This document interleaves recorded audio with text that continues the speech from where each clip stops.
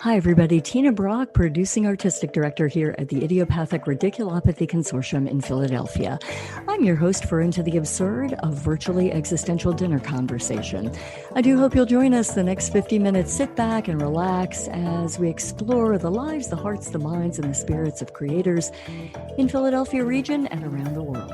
And happy Memorial Day weekend to you. Thanks for joining us here on Into the Absurd. I'm your host, Tina Brock, and I am joined today by poet, essayist, and fiction writer Carla Sarett, and we'll get to that conversation in just a couple of minutes. I want to take a very quick opportunity to just thank everybody for joining us here on Zoom or on Facebook Live. Happy weekend to you. I hope you're enjoying. It's very rainy here in Philadelphia, but I hope around the country and around the world people are getting a lot more sun and able to get out and celebrate with family and friends. I want to thank Erica Holscher and Bob Schmidt of the IRC team here for making all of this happen.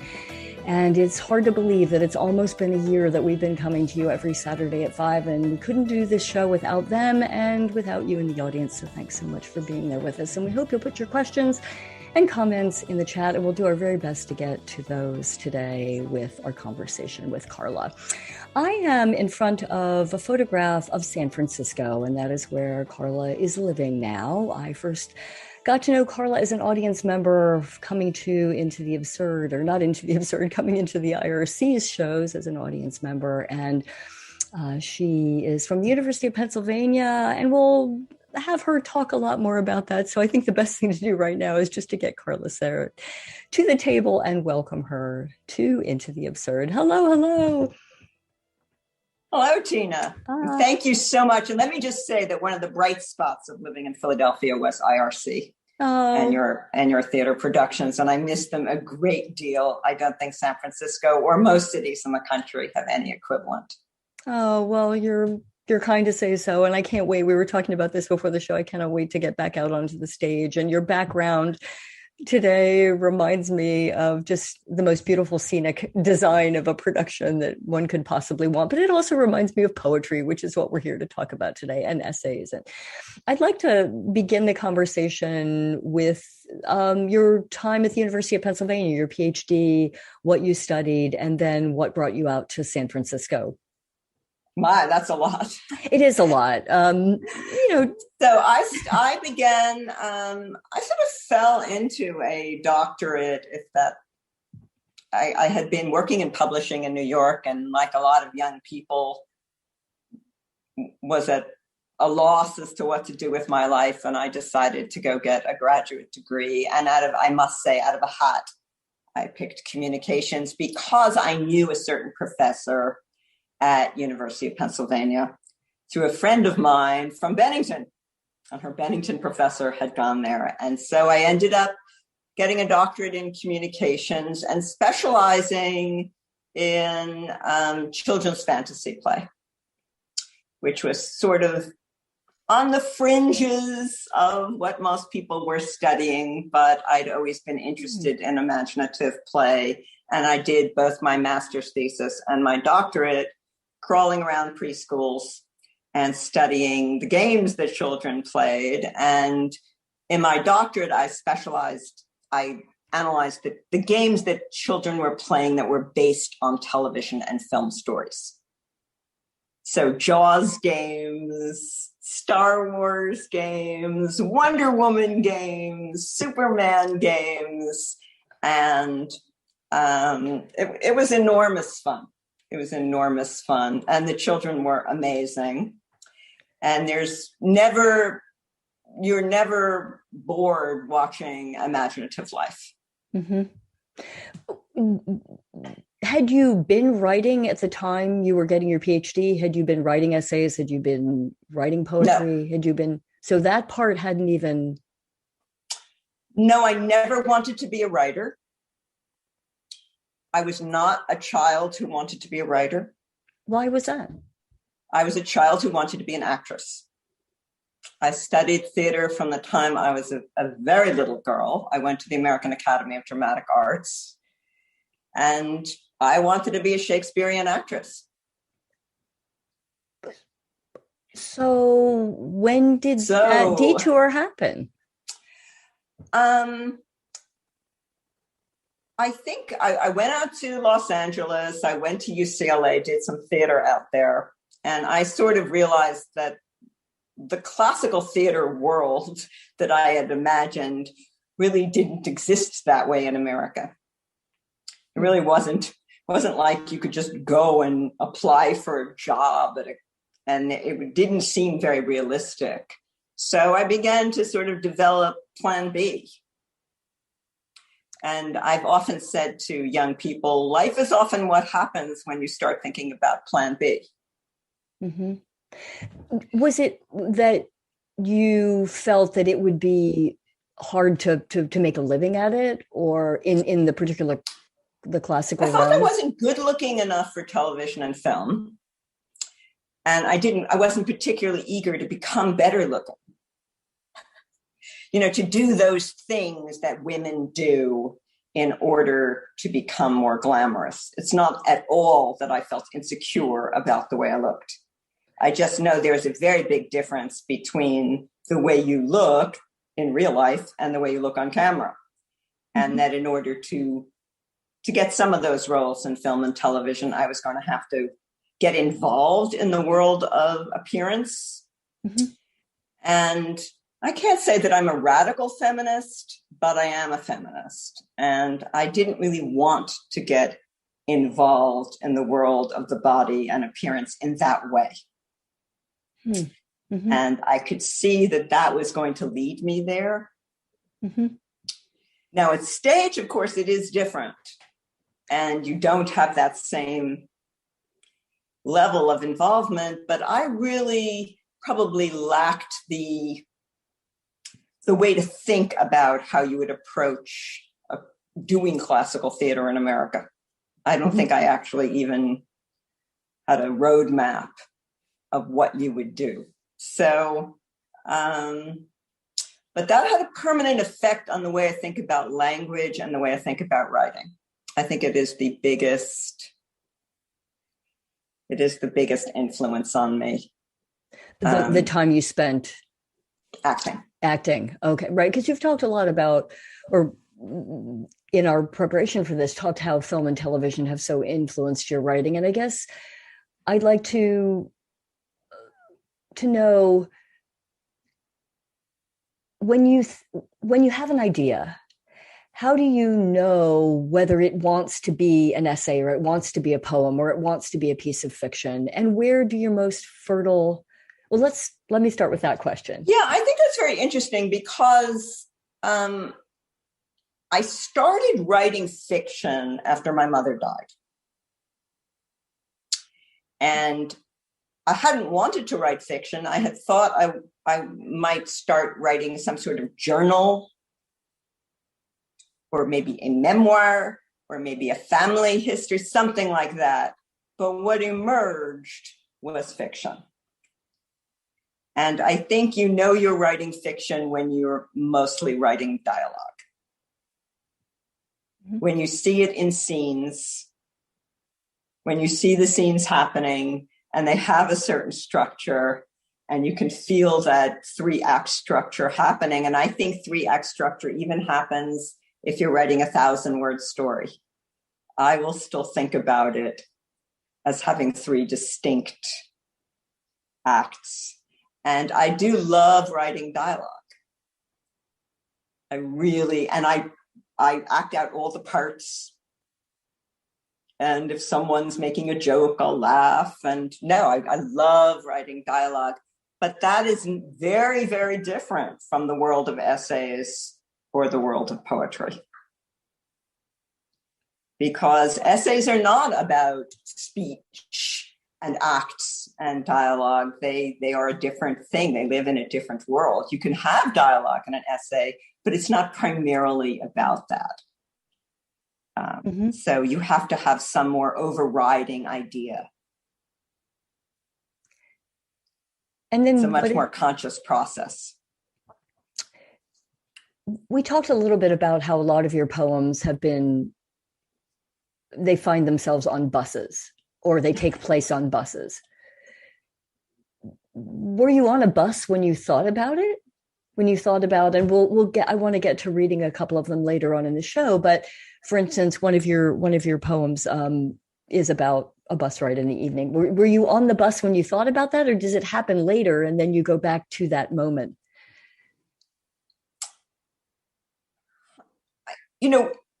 Since a lot of my poems are describing things that took place a very long time ago, when I certainly wasn't writing, it's not like the idea for the poem came to me on a bus.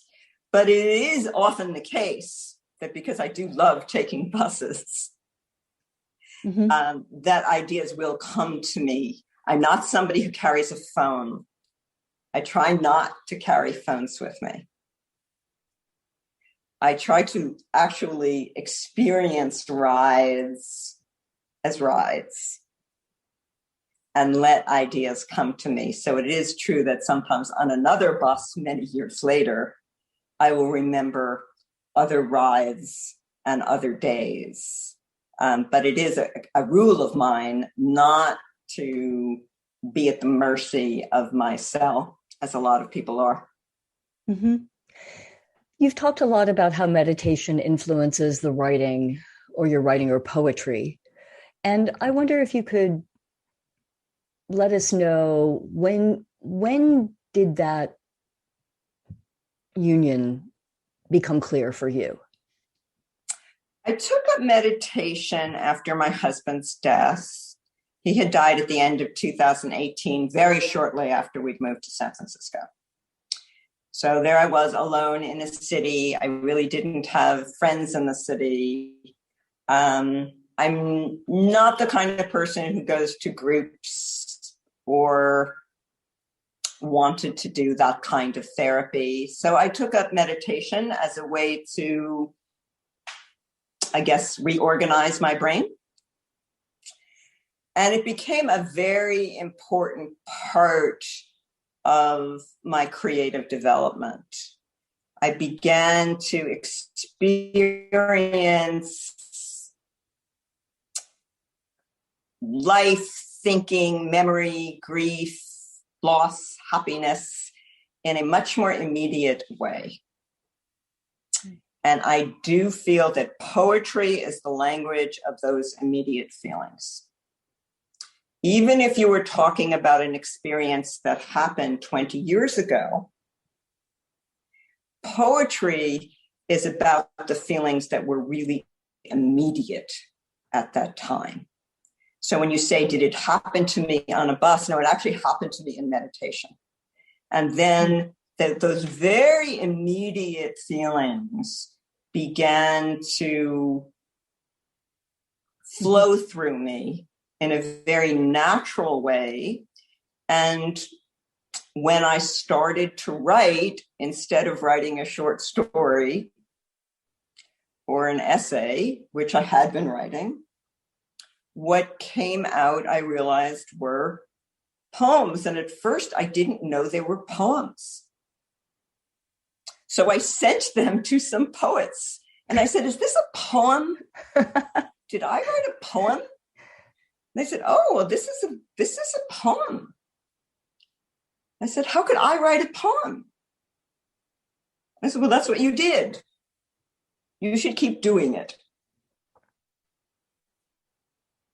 And that, I think, is what meditation teaches you.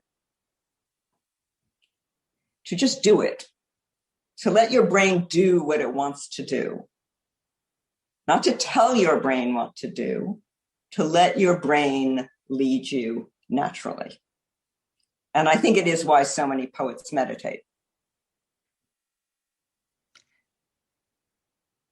It's funny to think about. I was, reading today, and we'll get to a couple of your poems, but Saint Sebastian, the one that you talk about where you go to the Met and it's very crowded, but you find yourself in an exhibit. Well, actually, would you mind reading it for us? Oh, I'd love to read it. So this was originally published in Third Wednesday, and it has been reprinted in Soul Lit, which is a spiritual magazine. Saint Sebastian. Only a few hours left, enough to catch an exhibit at the Met. Packed as usual, impossible. But one gallery was empty. A work by Andrea Mantegna of Saint Sebastian, so I recall. Although I confess, all saints look the same to me, give or take a stigmata or a horse. I sat for a long time with Mantegna's sky, ruins, arrows, incandescent pain. I do think I felt what arrows meant, what faith could mean, inflamed by reason. I wept, knowing on the bus down Fifth. I think of dinner, bread and wine, and ordinary skies. I'd soon forget flesh, pierced by arrows. All I'd have left was my departure. I think that so beautifully captures, at least, for me, that experience of union with beautiful works of art of any form. But certainly that's, I felt that feeling, that transcendent feeling of being in the museum many times. And so I guess, when did you write this poem? I wrote it about a year ago, I'd say. And was it I guess it was published in autumn 2020. Was that a case of it being a thought, a memory that came directly from meditation? Yes. The experience? That poem came to me very distinctly in meditation. I began to see the painting, which I had seen in dreams over the years. That painting had a very, very big impact on me. And it was one of the few times I've actually cried in front of a painting. I love paintings. And from the time I was a child, I always had a very, very strong response to painting. And I loved painting as well as a child. Mm-hmm. But that painting was one of the few times I remember weeping.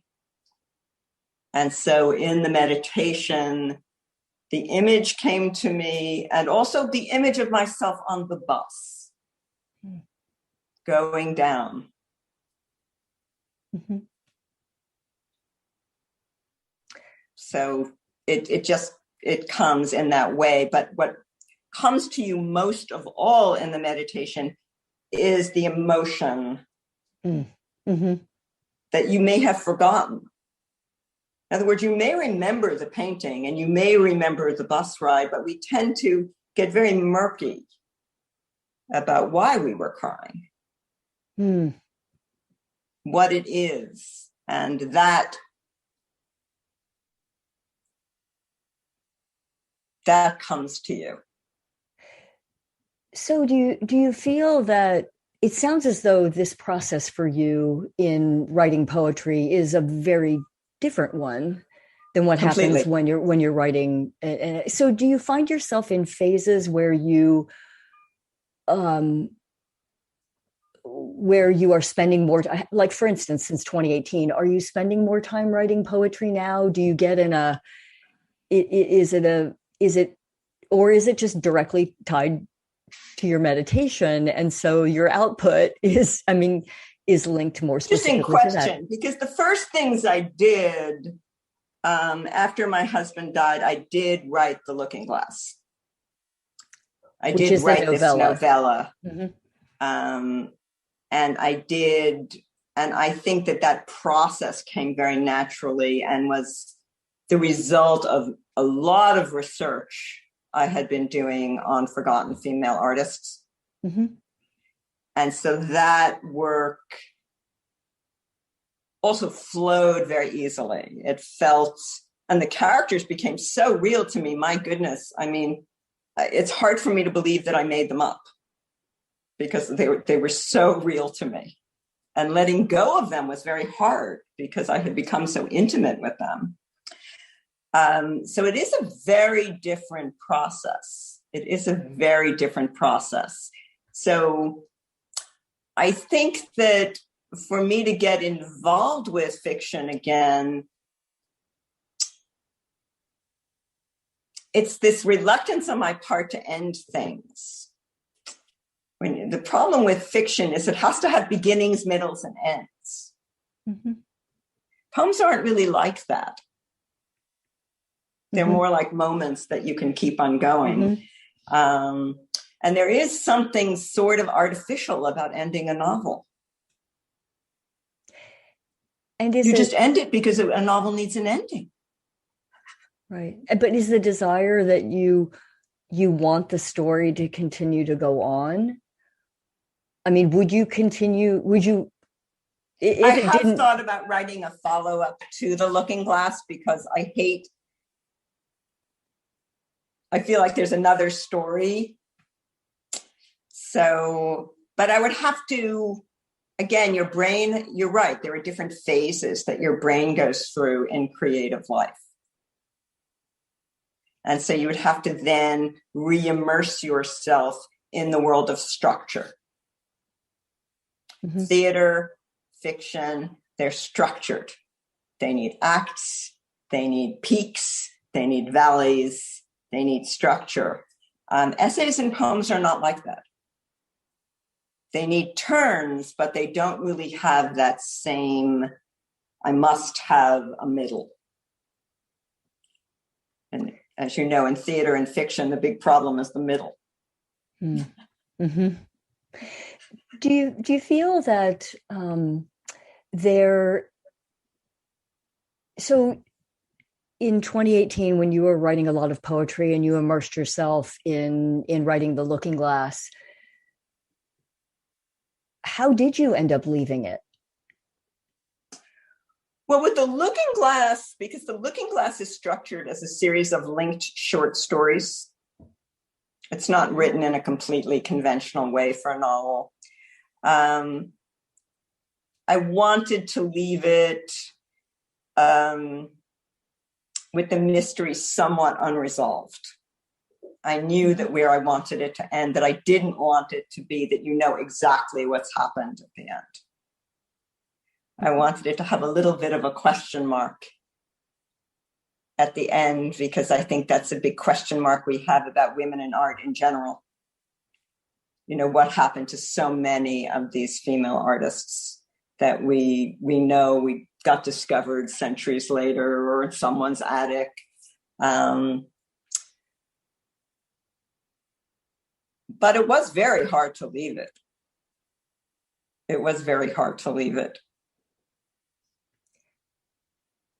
What was the impetus behind the novella? What was the thing that got you started writing it? What it started was an essay. My husband had asked me to contribute an essay to a festschrift from my dissertation advisor, Larry Gross. And he suggested that I do a piece. He knew that I had become very obsessed with all these forgotten female artists. And since Larry's specialty was aesthetics, I decided to contribute an essay on 3 forgotten female artists of New York, whose works are actually quite public, and anyone could know them if our consciousness of art history were a little different. One of them was the artist Emma Stebbins, whose statue is in Central Park as you enter from Central Park South. And her story and the lesbian circles of the new women in Paris, and I felt there was a lot of meat in her story. And so when I began to research other artists who were a little later than she was, I fell in love with some of the artists of the Rockport Art Colony, one of them Gertrude Fisk. And so I was thinking of a nonfiction book, but after my husband's death, I didn't feel I had any more the academic chops to carry it off. I didn't have the patience for footnoting. I had lost that sort of patience. And I realized, in even contributing the essay, I didn't want to do that anymore. I didn't want to have footnote 3, Hochmeyer and Hochmeyer wrote in 1960. I just didn't want to do it. And then somehow I began working on this short story. And the short story didn't want to end. And so the short story became one of the short stories that I put in the novella. So when you say it doesn't want to end, how does that feel to you? Is it that you just have a need to keep writing, or you can't figure out how to end it? Or what is that? How does that manifest it in your... Well, in this particular case, I wrote a story from the point of view of the niece, which is now, I guess, chapter 3. And I always knew how the niece was going to end up. I always knew what her story was going to be and the kind of art she was going to produce. So I always knew that story, even when I wrote this initial short story. And I wrote the short story and I thought, you really need to know more about this, and you need to know more about this for this story to have its resonance. It can't really live alone. It will just wither. It could be like a single daisy in a vase. And so then I wrote the story before that. And then I began to realize that it needed all the stories.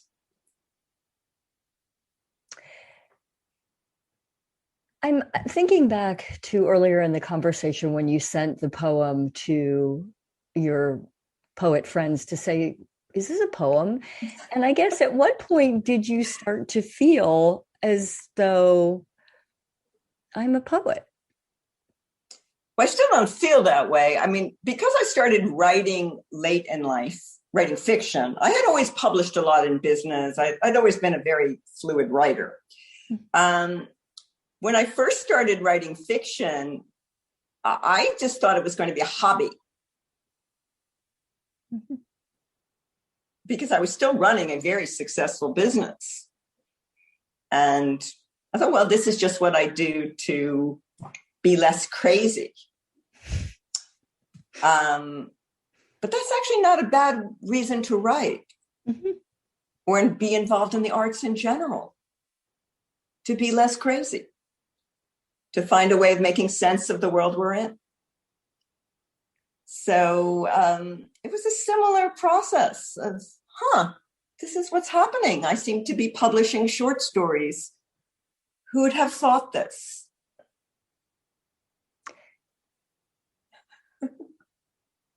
Well, I love what you said earlier about just let the mind do what it needs and wants to do, and it will take you there, right? It will show you exactly where you need to go. And I think that's so true. I love the concept of how meditation has informed, not only connected you with these images and ideas and things that happened in your life, but that it is a tool, loosely used, to it's like you have all these colors on your palette, and meditation is the thing that is like mixing them up, you know. Do you practice by yourself? Yes. And how frequently do you meditate? I meditate twice a day. I do a half hour at the beginning of the day, unguided. So it's really just the same as setting a timer. And then I usually do a guided meditation or a more focused meditation at the end of the day. That's more like a 20-minute meditation, in which I usually focus on one of two themes. One is what you're resisting in the world. Just asking your mind what you're resisting. And then the other, what gives you happiness in the world. So it's usually one of those. But I think at the end of the day, those are good things to ask yourselves. And does it change? Does it from alternate? Day to day? What you're resisting is whatever is you're feeling in that moment. Very often you will find what you're resisting is you don't like working on a computer, or you don't like doing so many Zoom sessions, or one of the things that I learned from my resistance meditation is that I prefer writing in a notebook. It's not always very deep things that occur to you. Sometimes it's very simple things, and very simple things are what life is about. Writing is itself a very simple thing. You have to get words down in some way. So you prefer to write with an instrument as opposed to writing on a computer? Yeah, I generally try to compose in a notebook nowadays. I wrote the novella by hand. It's a very different feeling. It gets rid of all these other things that are happening. Just it's you and yourself, without worrying too much about how it looks. One of the things that happens when you work on a screen is that you begin to worry too much about how things look. I mean, structurally and on the page? You correct all these errors, and you start editing before you've even really connected. And that it's just sometimes you will find that when you just take yourself away from all this technology, so what is it I'm trying to say? Let me get back to Claire and James at the table. What kind of conversation are they having? And let me just record it. My mind will tell me where it's going, and not worry too much.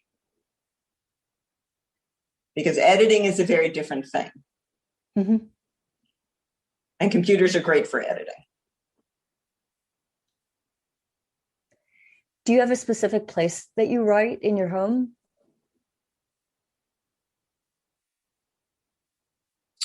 Yeah. I typically do like to work in kitchens or something like a kitchen. And does it need to be quiet? Yes. I'm not a multitasker. It also has to be completely neat. I can't have a door open. I can't have a dish anywhere. Everything has to be very... like a blank space. Everything has to be a blank space. Yeah. Even though I love music and music is very important to me, I cannot write with music. And I don't understand people who say they write with music. It's a really foreign concept to me. People say, I put on Chopin and then I write. I'm thinking, if I put on Chopin, what I'm going to do is listen to Chopin. I'm not going to write. So that, and I know a lot of people do write with music. So that's... Yeah, it's interesting the circumstances under which the creativity flourishes. I mean, none of us live in a completely silent world. So what we call silence nowadays isn't really silent. But I like it as silent as I can make it. Yeah, no, I hear you. I definitely. Do you feel San Francisco, just as a landscape, as a city, are different things coming up for you because of that location than? Of course, I guess you did most of your writing in San Francisco, so the writing is really happening. I'm just wondering of the differences in the two cities. San Francisco has not implanted itself imaginatively in my creative mind. I have very few poems that are really... I have a lot of short stories about Philadelphia. And New York. Many short stories about Philadelphia. And Philadelphia is just a very active part of my imagination, and New York is a very active part of my imagination. Even though the poems have been written here, there aren't that many. There are a few, but there aren't that many that are as concretely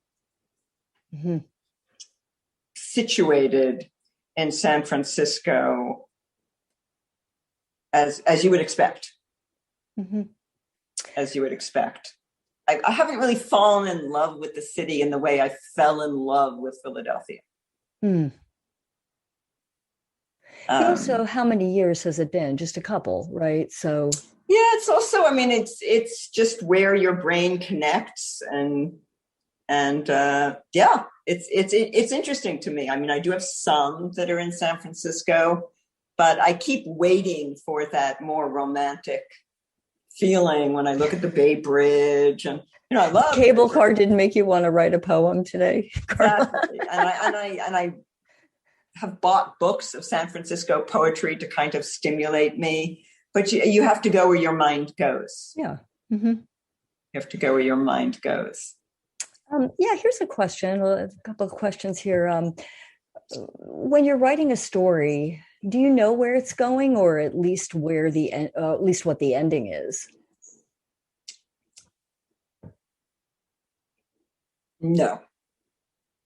I think that sometimes I think I know where it's going, but I am more often wrong than right. So I will think I have a very clear idea of where the story is going, and then the story will surprise me, and I realize, oh, the story is not going there. In fact, it's not even what I thought it was about. And does that happen on the page, or does that happen in the page, or does that happen outside of, like say, after meditation or on a walk?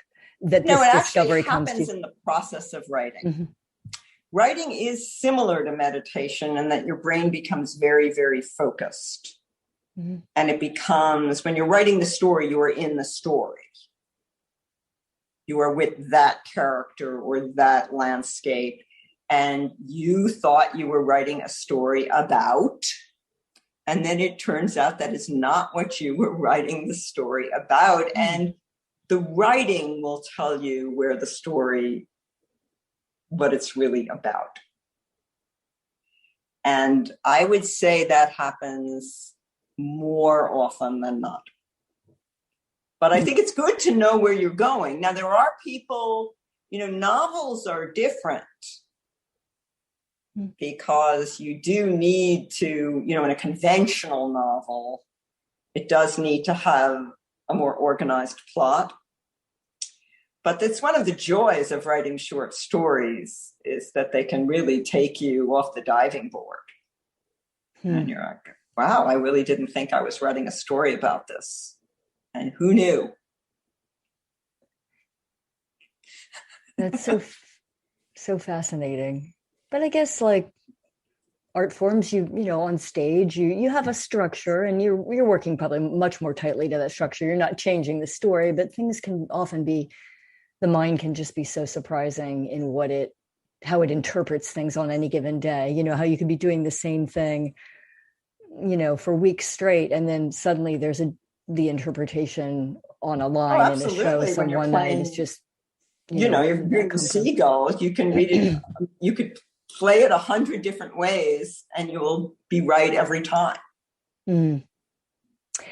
So do you feel like this place that you found yourself in now, with your training in theater and your work with children's imaginative fantasy play and whatnot, is kind of this wonderful package of, like you said, your plan B ended up being this wonderful union of these dreams and previous explorations? Does that feel like the right fit for you? Writing, as soon as I started doing it, felt very natural to me in a way. And the only thing that had ever felt that natural to me was acting.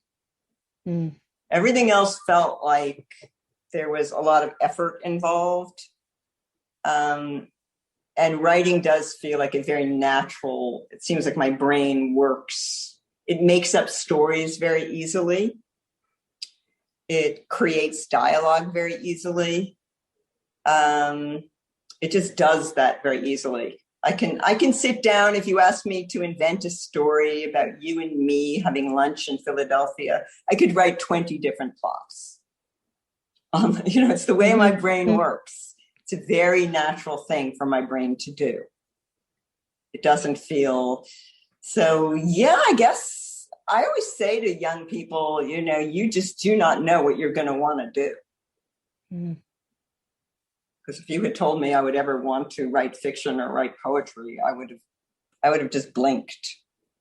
Well, because didn't you say earlier that you didn't want to write? No. You didn't want to be a writer. You thought, no, I was a very, very, arty kid. I was painting all the time. And I was pretty good as a painter. And as I said, I was acting, I knew all these sonnets, and I knew Moliere and what have you. But I don't recall ever writing a short story, except if you were assigned it in school. So as a kid, when you would write, or when you did, there was never someone said, yeah, you really ought to write, or you're a good writer, or did someone say that and you were just like, I am not writing. It's not what I'm doing. Well, I was a very, very good student. So everything I did, I was just one of those very studious little children. I was like a wind-up doll. You wound her up, you sent her to school, she did her homework, and she came home with A's. It was like a little wind-up doll. So I did well in everything. I was very good in mathematics. I was very good in science. How did your parents influence, do you think, your home life influence your sort of direction or choice? Was it sort of whatever you wanted to do was really accepted? They were very, very accepting parents. My mother loved poetry. And she would recite a lot of poetry. And I realize now she recited it from memory. But she was always reading me Poe and Tennyson and Coleridge. And of course, as a kid, I was memorizing a lot of Shakespeare. But my parents, I think that whatever I would have wanted to do. My father was very upset when I left acting. Really? Yes. He said, I think you're leaving acting for the wrong reasons. You shouldn't leave something because you're afraid of failure. There are other ways to skin a cat. You could lead a community theater group. I had taught children dramatics in high school. He said, you could do children's theater. You're making this decision too early. Do you think it was right? And there were a number of other floating variables in the picture, as there always are in life. But yeah, that's the kind of dad he was. He was a very supportive person and a very wise person, because he was right he was right about the reasons I was leaving. Like, he understood that I wasn't making a completely rational decision. Cogent argument. Right. On it. So, yeah, I think, but looking back, it's very unusual for a parent to say that. I was going to say that might have been one of the first times I've ever heard, Carla, someone's parent saying to them, you're making the wrong decision.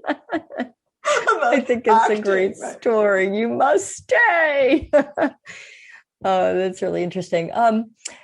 Do you like city buses or long distance buses?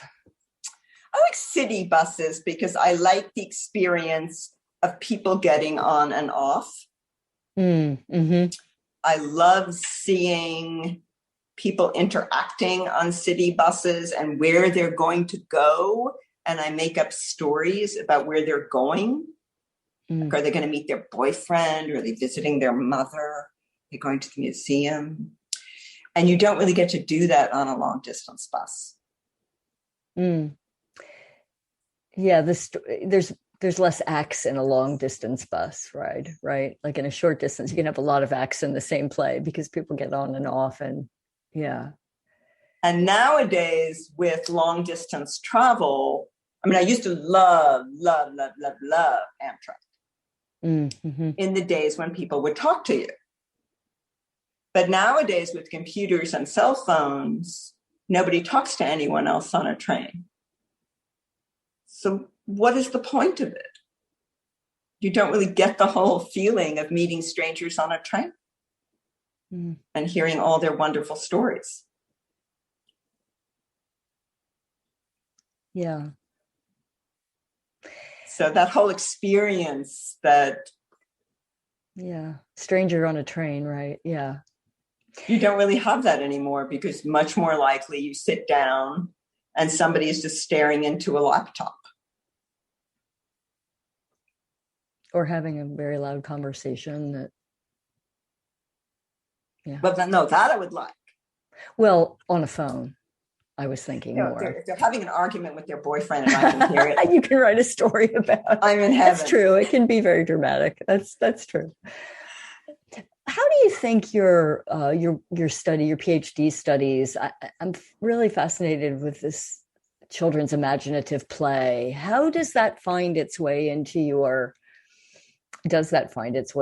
work? I think that when you study fantasy play, it's like studying cave paintings. You are in touch with the roots that we all have in us, that we are all creatures who love to create stories and play different roles. And you watch all these little people playing out these mythic characters. They're rescuing, they're chasing, they're going to the moon, they're forming an army. It could be Homer and it's on the playground. So I think you are very much in touch. You realize that human beings are story-making, art-making, myth-making creatures. That's who we are. You can't get rid of it. I mean, schools try to get rid of it. During this last year,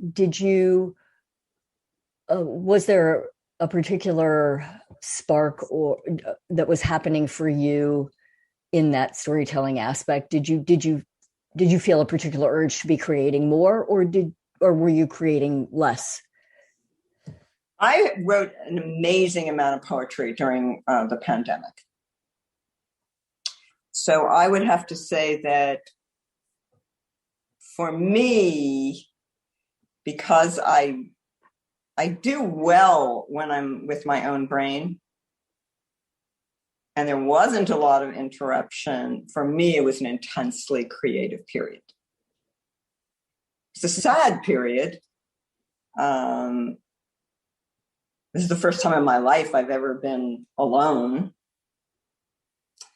But it was a very creative period. Very, very surprised. I mean, I'm sort of surprised at how much work was produced. And could you feel that when it was was there something happening internally that you could, that you were aware, or was it just one foot in front of the next? And then at the end of the year, you realized you had this enormous body of work you had created. Was there a feeling attached to it that told you that it was going to be very voluminous? Well, I think one thing I've learned in meditation is that life happens 1 second at a time. So you just wake up and you do what that day has for you. And so I haven't been looking backward or forward. I just look at what's happening that day. Mm-hmm. And now I sort of, now that I have enough for a poetry manuscript, now I am quite taken aback at how much was produced. But in the moment, I'm just I'm just writing. I'm just doing it. It's hard to express. No, I understand that. It's it's one foot in front of the next, and before you know it, you've created this thing, and you're not aware that you're necessarily in a very fertile period. You're just doing it. So that makes sense. Do you have a feeling internally at the end of a day of writing or an hour of, like, for instance, like, how long would you sit down to write in a day? Do you write until you just feel you're stuck, or do you get stuck? Well, I'm a lifelong bookworm. So I have to read a lot every day. I must read a lot every day. That's just part of who I've been as a child. I was the child in bed with the flashlight. So I do read a lot, and a lot of my ideas come while I'm reading. I have a very, very intense relationship with music. It's very, very strong. It's very, very emotional. So I do have to listen to Bach every day at some portion of the day. And then I am a person who always has had a lot of, how can I put it, intellectual curiosity. So there's always something I'm trying to learn about. As a kid, I was a rock collector. There's always something I'm trying to learn about. And somehow in that mix, either because of what I've read or what I'm studying or some response to the music, then I'll have to go write. And it will and I'll look up and a few hours have passed. So it's not necessarily the same time every day. No, and it often surprises me because I'll look at the clock and I'll be thinking, wasn't it just 1 o'clock? How is it 5 o'clock? And I'm still on line 12. I'm still the same, because I have that, once I'm in something, then I'm just going to think about it until I don't have to think about it. And I can put it down for a few hours. But I am often surprised at how much time goes by. I'm not a fast writer, never have been. And so for you, is it more a sense of flow? In other words, do you have like blocks where it's hard for, where you're kind of stuck? Well, I think with short fiction and poems, because they really do have to land.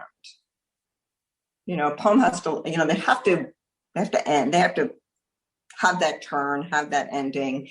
Sometimes you've worked on something and it's really quite good, but it doesn't land right. And so then you just have to put it away for a bit. You should put it in your notebook and start working on something else. Because figuring out that last piece is not, you can't just keep going through it. You have to put it aside and you have to let your brain do something else. You have to let your brain do something else. And then it may be months before you come back to it. And you can't push that. I think that when you push it, the ending will feel forced. And then return to it and let your mind lead you where it needs to go. That happens very often with short stories. Where you put them aside for a while. You must put them away. How many? And then when you come back to it, then you'll know where it has to end. How many would you say are percolating right now, or like waiting in the queue? Well, right now I'm very obsessed with, I know I want to write a series of poems about Gainsborough's portraits of his daughters. So I've been reading a lot about the girls and about Gainsborough. So I don't know how many poems that will be, but I know it is going to be a series of poems. on those portraits. So, and I'm also, there are a bunch of poems that are yikes in that. I call them problem children. Yeah. They're problem children poems where I feel they're almost there, but the ending is not quite there. Do you feel that, how do I put it? When you're looking at something and you said, you feel it's good, but you don't know how to end it. How do you know it's good? Is it just that you have a sense of completion or a sense of having, used that spark well? This is something all artists talk about a lot, is, many people think, well, you're not really the best judge of your work. Mm-hmm. For me, I only have one metric, which is probably not an aesthetic one. I just think, how clearly does this connect with me emotionally? Did the actual feeling, and I often cry when I write or laugh when I write, mm-hmm. Do I feel that it's, because I'm not trying to write super technical poetry. Mm-hmm. I don't really like poetry where I can't understand what the poet is saying. And I don't like fiction that's too intellectual. I want people to read something I've written and know why I wrote it. I want them to have a feeling. They don't have to have exactly the feeling I had, but they have to have a feeling. And poetry that doesn't do that, it might be super successful, but it's not really that interesting to me. And so when I look at my work, I think, did I manage to communicate in language that's interesting the feeling that I had? And that's it, That's all I can ask of a piece of writing. Or theater. Right. Well, I definitely feel that in so much of your writing, that is an experience. Like, you'll write about something, say, for instance, your trip to the Met and looking at a painting, and then, being on the bus and thinking through that and thinking, oh, wow, I've had not that same experience, but that same feeling. I had that feeling. I had that experience. Your poem, Run, Sally, Run, about when you were, a youngster in school, and they asked you, what do you think happened here in this picture? And you're like, that's such a wonderful, wonderful story that I wish we had time to tell, and we don't. But it's all just to say that I walk away with having had such a rich picture from my own emotional experience. And so I guess if it, that's the way, the way to measure it, that other people are being touched in that way. I wish we had more time to. This has been so great seeing you. Yeah, I'm delighted with everything that you have going on and how prolific you are. Bob put the link to your website up in the chat there, so everybody can take a look. And I do hope you'll stay in touch and let us know how your novella is doing and everything that you have. I'll definitely announce it. I'm going to have a book cover. So, well, I would love to have you back on to talk more about how things are progressing in the years to come. And thanks for sharing. And I miss your theater group. Oh, well, we miss our theater group, but this has been our way of really getting, having conversations with people that we normally wouldn't have been able to do because we're so busy making theater, and making theater is great and we'll do it. But now we just get to talk about all the stuff that goes along with it. So thank you so much for being here and sharing your stories. And thank you. Thank you very much. You're welcome. And thanks to all of you for being here with us today. And we have next Saturday, June the 5th, Tom Nichols is going to be on the show. Tom is an author with over 15 books published. He has been in Philadelphia for many years, both as an architecture critic and also as a theater critic. And he's got a couple of books, and I put them down here, and I want to tell you about them. Oh, there they are. His latest one, From Mother Divine to the Corner Swami, Religious Cults in Philadelphia, published in October of 2020. And also Philadelphia Mansions, Stories and Characters Behind the Walls, published in March of 2018. So just a couple of the things we'll be talking to Tom Nichols about on next week's show and his entire body of work. So I hope you'll join us. And in the meantime, have a very safe week ahead. Be well. Enjoy your friends and families. And thanks so much from everybody here at the IRC for being a part of the show.